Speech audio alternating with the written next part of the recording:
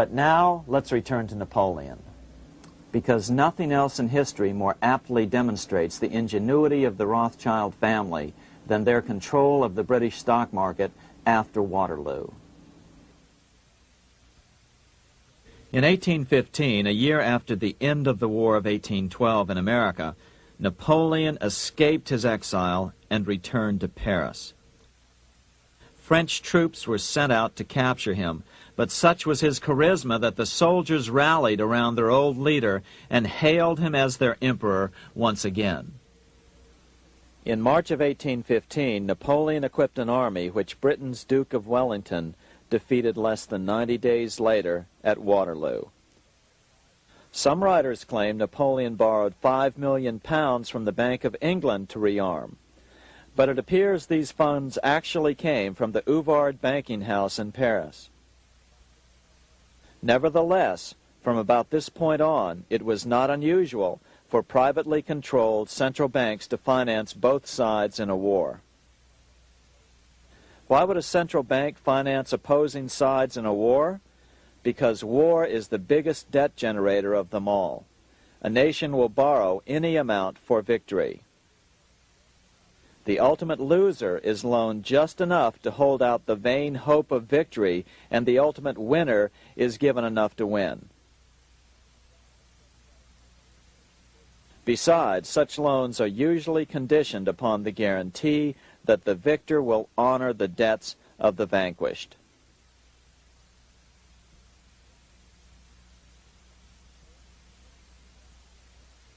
This is the Waterloo battlefield about 200 miles northeast of Paris in what today is Belgium. Here Napoleon suffered his final defeat, but not before thousands of French and Englishmen gave their lives on a steamy summer day in July of 1815. Right over there, on June 18, 1815, 74,000 French troops met 67,000 troops from Britain and other European nations. The outcome was certainly in doubt. In fact, had Napoleon attacked a few hours earlier, he would probably have won the battle. But no matter who won or lost, back in London, Nathan Rothschild planned to use the opportunity to try to seize control over the British stock and bond market and possibly even the Bank of England. Rothschild stationed a trusted agent, a man named Rothworth, on the north side of the battlefield, closer to the English Channel.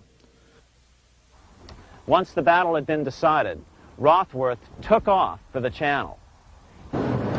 He delivered the news to Nathan Rothschild a full 24 hours before Wellington's own courier. Rothschild hurried to the stock market and took up his usual position in front of an ancient pillar. All eyes were on him. The Rothschilds had a legendary communications network. If Wellington had been defeated and Napoleon was loose on the continent again, Britain's financial situation would become grave indeed.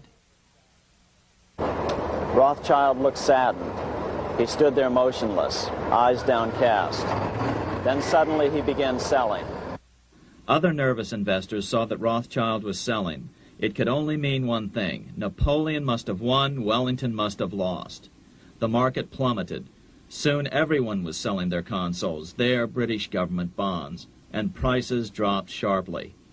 But then Rothschild started secretly buying up the consols through his agents for only a fraction of their worth hours before. Myths, legends, you say? 100 years later, the New York Times ran a story which said that Nathan's grandson had attempted to secure a court order to suppress a book with this stock market story in it. The Rothschild family claimed the story was untrue and libelous, but the court denied the Rothschilds' request and ordered the family to pay all court costs. What's even more interesting about this story is that some authors claim that the day after the Battle of Waterloo, in a matter of hours, Nathan Rothschild came to dominate not only the bond market, but the Bank of England as well. Whether or not the Rothschild family seized control of the Bank of England, the first privately owned central bank in a major European nation and the wealthiest, one thing is certain. By the mid-1800s, the Rothschilds were the richest family in the world, bar none. They dominated the new government bond markets and branched into other banks and industrial concerns. In fact, the rest of the 19th century was known as the Age of the Rothschilds. Despite this overwhelming wealth, the family has generally cultivated an aura of invisibility. Although the family controls scores of industrial, commercial, mining, and tourist corporations, only a handful bear the Rothschild name. By the end of the 19th century, one expert estimated that the Rothschild family controlled half the wealth of the world.